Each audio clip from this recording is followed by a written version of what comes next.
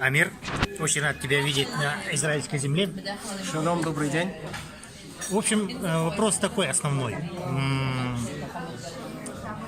То, что мы уже с тобой затрагивали в прошлой беседе, которая, к сожалению, не под запись была, но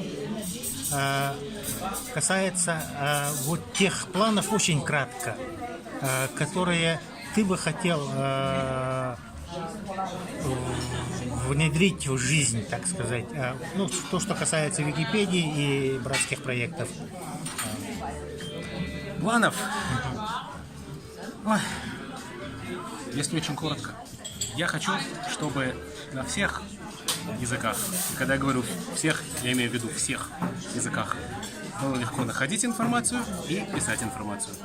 Это коротко. Чтобы находить информацию, она должна быть, она должна существовать, ее кто-то должен написать, иначе ее не найдут ни поисковики, ни внешние, ни наши собственные.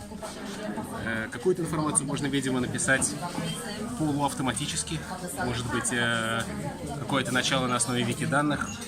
Какую-то информацию можно частично, очень осторожно, очень осторожно, может быть, сделать машинный перевод, но очень-очень осторожно, потому что машинный перевод, он всегда плохой.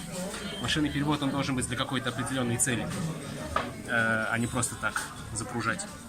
Это более автоматические вещи. Чтобы легче было находить ссылки между языковыми разделами. То есть они должны быть видны человеку, да? Да, они должны быть более видны. Они сейчас вроде бы видны, но на самом деле они уже давно существуют, Сначала их не было. Сначала их не было, когда Википедия началась, не было языковых ссылок. Они появились в 2004 году. И некоторым людям они даже не нравились. Люди не хотели, чтобы их добавляли. Некоторые люди, и не только в младших языках, а даже в маленьких языках, говорили: нет, не нужны нам никакие ссылки, пусть читают только на нашем языке. Чтоб не уходили. Да. До сих пор, есть некоторые люди до сих пор так говорят. Мне кто-то из украинской Википедии недавно сказал: а лучше вообще, чтобы их не было. Да, прям. Если вы не хотите, чтобы вы с украинской Википедии уходили, то в украинскую Википедию и входить тоже не будет. Вот, но это ладно. Это не только в украинской, дело во всех языках. Это просто отдельный пример. Это очень много с такими языками случается. Вот. А в чем там проблема? Сейчас проблема вот в чем. И она почти на всех языках уже решена. Список языков, он очень часто очень длинный. Во-первых, там может быть иногда 3 языка, иногда 10, иногда 50, а иногда 270. В длинном списке очень тяжело найти язык. Люди, которые очень много пользуются Википедией, очень часто в ней пишут, они к этому привыкли. И они знают, где найти свой язык. Но не все. Большинство читателей это на самом деле очень тяжело. Это уже изменено почти во всех языках, кроме английского. В английском это тоже будет скоро изменено. Так что изначальный список будет короткий, до 9 языков. И будет кнопка «Еще». В русской Википедии это уже сделано давно. По какому принципу сокращаются эти видимые списки? Первые языки, которые показываются, это языки, на которые вы уже нажимали раньше. То есть да? Да, для каждого читателя это собственный список. Те языки, на которые вы уже нажимали, это, видимо, языки, которые вас интересуют. Кроме того, язык вашего браузера, язык вашей операционной системы, язык вашей страны.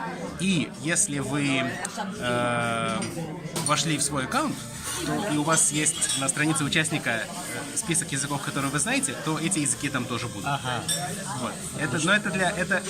Это не влияет на читателей, у которых нет аккаунта, но для пользователей постоянных, у которых есть такой список, это используется. Но есть еще вот такая хитрость, которую мы еще не сделали и над которой мы начинаем думать. Сейчас даже вот этот короткий список, в нем легче находить языки. Сам тот факт, что он короткий, он гораздо легче воспринимается. Были исследования на эту тему.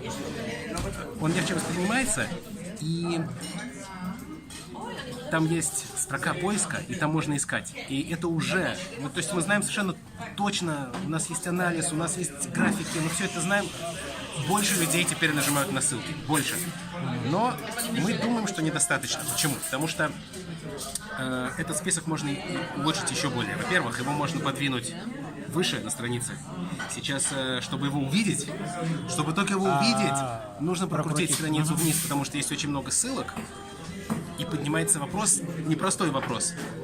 А что больше нужно, список языков или все вот эти ссылки, которые там есть? Это вопрос. Я не говорю, что что-то нужно больше, что-то меньше. Это вопрос, который нужно изучить.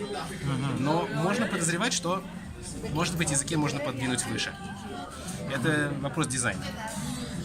Кроме того, языки там могут появляться вообще, неважно, в первом списке или во втором, только если есть уже Статья. статья на том же языке. А если ее нет, то как будто этого языка и И не видно с Википедии этой нет, страницы. да? Да. И это проблемка, которую тоже нужно будет как-то решить. То есть И это- предполагается сделать ссылки на ту статью, где даже нет, нет на тот контента. язык, на тот на язык, тот- да, на да, тот да, да, язык, да. даже если статьи нет. Как именно это будет выглядеть, я не знаю. Но это нужно будет когда-нибудь сделать, над этим нужно будет когда-нибудь подумать. То Нужен есть таким образом мы сможем сделать так, чтобы человек захотел сам написать, да? да. То есть показать, что К сожалению, на вашем языке. на вашем языке этой статьи нет, Пока но нет, в принципе да. существует возможность написать. Вот. Ну и, конечно, сам процесс написания статьи тоже должен быть. Сейчас уже есть, уже 3 года существует перевод содержания. Там больше 250 тысяч статей уже было переведено. Сколько? Больше 250 тысяч. Это число очень легко найти. Это больше 2000 в неделю.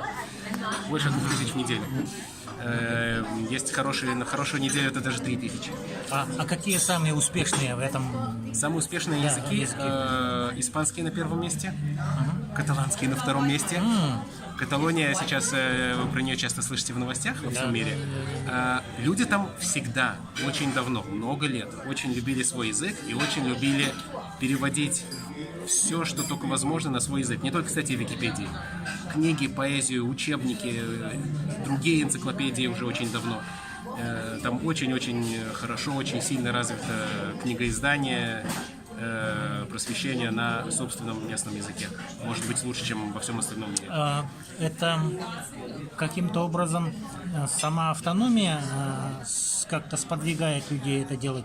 Или люди Это- из-за идентичности? Это и то, и другое. Это и то, и другое.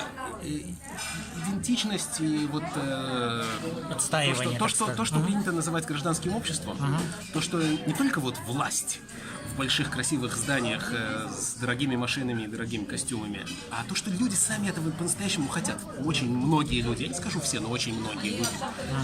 Вот это настоящий активизм. Они сами действительно этого хотят, они хотели этого всегда. Они хотят это сейчас, когда у них есть автономия с 79-го года.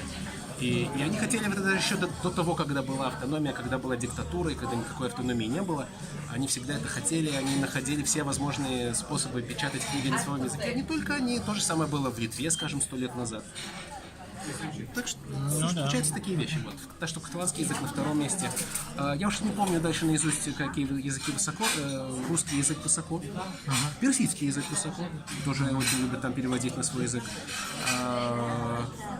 А с какого переводят больше? Больше всего, Английского, наверное. больше всего с английского, но на некоторые языки бывает по-разному. На некоторые, скажем, на башкирский чаще всего с русского. Пара, На да. украинский тоже, мне кажется, на украинский много с русского, но многие с английского.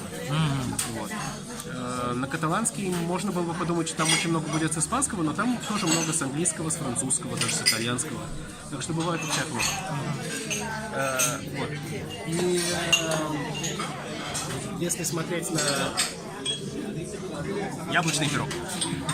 И если смотреть на прогресс, на будущее, на то, что мы видим, то вот это нужно как-то лучше составлять. То есть ссылки, переход между языками и создание содержания, это должно лучше составляться.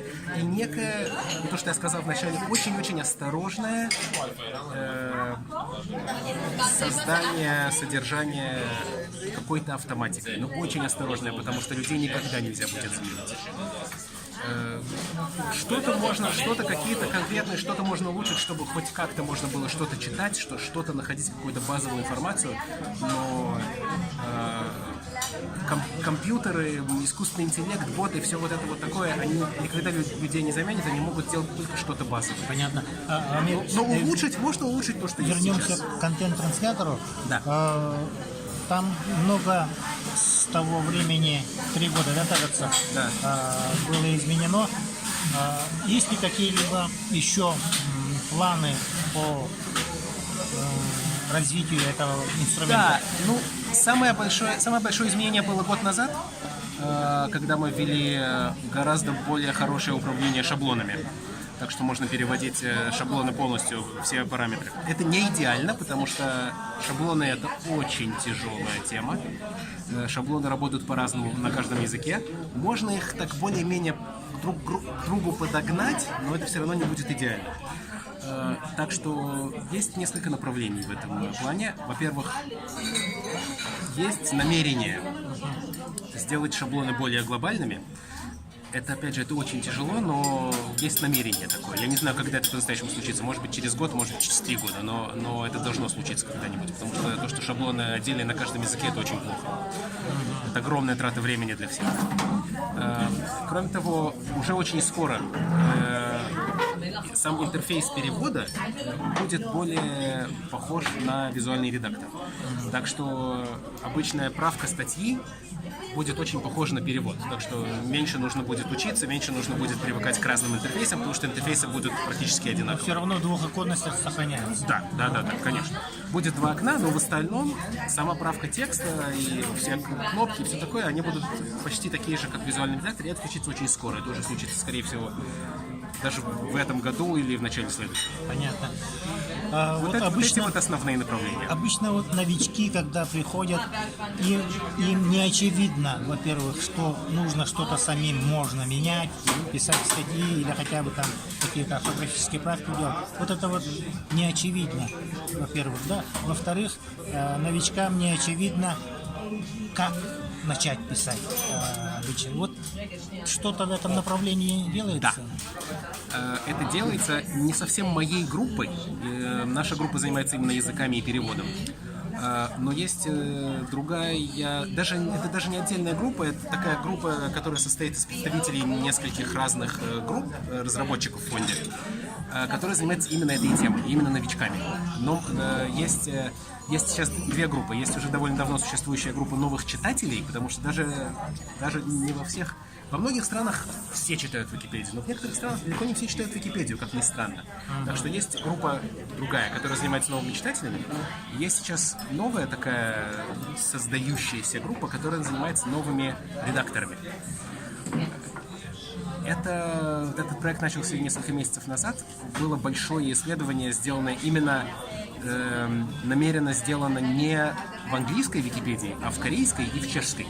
Люди ездили в Корею и в Чехию, брали интервью очень многих людей, исследовали, как эти Википедии работают, как там новички принимаются. И вот на основе этого сейчас разрабатываются новые дизайны, можно сказать, совершенно новых подходов к тому, как новички входят в Википедию и что нужно сделать, чтобы им было легче.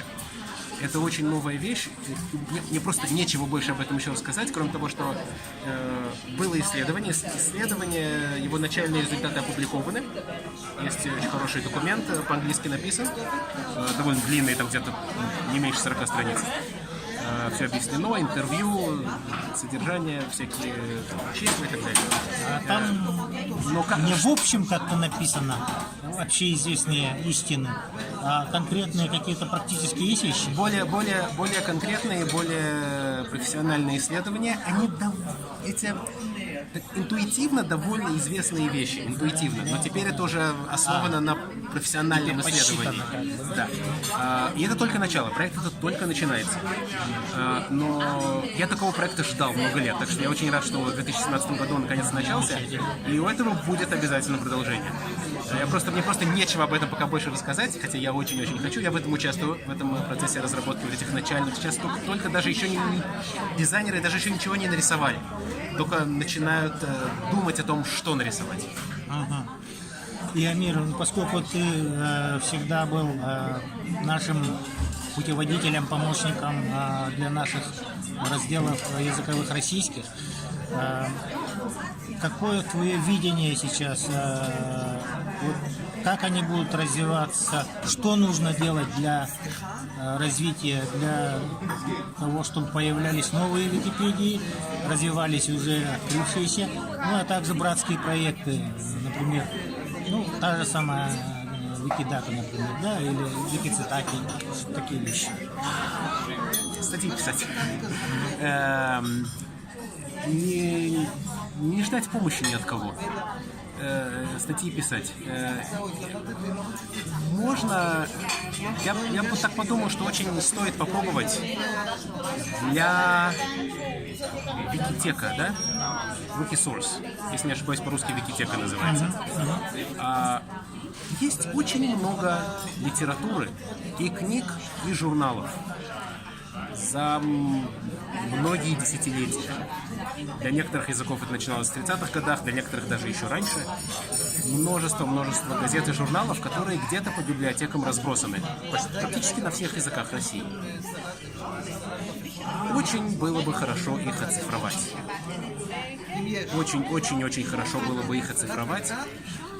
Не только потому, что это, дико интересно, что там есть. Это очень интересно. И там и литература, и публицистика. Публицистика 60-х годов на, не знаю, там, марийском языке. Но это же интересно. Это интересно. Кроме того, чем больше будут таких текстов вообще существовать, тем легче будет разработчикам всяких инструментов для языка, словарей, машинного перевода, всего такого. Все вот это вот оцифрованную информацию обрабатывать и улучшать поддержку этих языков для пользователей. Чтобы потом, например, были клавиатуры в телефонах. Я не знаю, вот есть ли сейчас клавиатура скажем, на том же марийском языке, которая слова автоматически заполняет? На марийском, я думаю, что на башкирском есть. На марийском есть. На башкирском есть. На марийском, например, я не видел. Чемышев делал. Может быть, я не видел, может быть, есть. Но точно не на всех языках России. Вот если, скажем, оцифровать очень много журналов, а журналы были, хотя бы один журнал на каждом языке России обязательно был, даже самых маленьких. Вот постараться, знаешь, в чем заковыка? Поговорить с библиотеками и с правообладателями. Вот в этом и заковыка, да, что правообладатели зачастую уже давно, во-первых, непонятно, кто является правообладателем, либо человек, работавший на это издание, либо само издание, которое уже давно почило в БОЗе, имеет ли оно какого-то преемника, еще неизвестно. Потом, если автор умер, то непонятно, кто наследует его имущественные права. Очень много таких вещей. Да, вот для этого-то и есть чаптеры.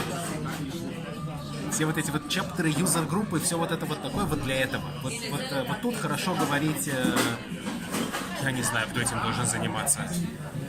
Дума, Заксобрание, издательство, вот для таких вещей, для всяких юридических вещей, вот для этого особенно существуют всякие организации, не обязательно даже чаптеры, но организации. Вот организации... Может быть, даже общественные. Не обязательно муниципальные, государственные. Да. Вот для этого, вот такими вещами хорошо заниматься чаптером. Какая выгода будет от, не знаю, от сохранения авторских прав на какой-нибудь, не знаю, литературный журнал на, не знаю, удмуртском языке. Недавно, художественная ценность в этом есть, историческая ценность в этом есть, культурная ценность в этом есть огромная. Технологическая ценность есть для людей, интересующихся удмуртским языком, а денежная...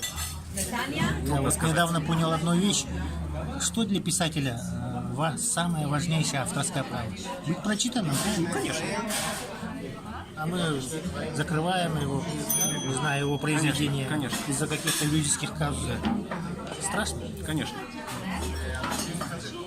Что ж, в заключение несколько слов для википедистов, Саха. Ты у нас был? Я у вас был. Это было совершенно волшебное путешествие по Якутску. Я очень-очень-очень надеюсь приехать снова. Очень откровенно это говорю. Очень искренне. Вы очень прекрасные, душевные люди в очень необычной стране. И я вам очень искренне желаю удачи и развития. Спасибо.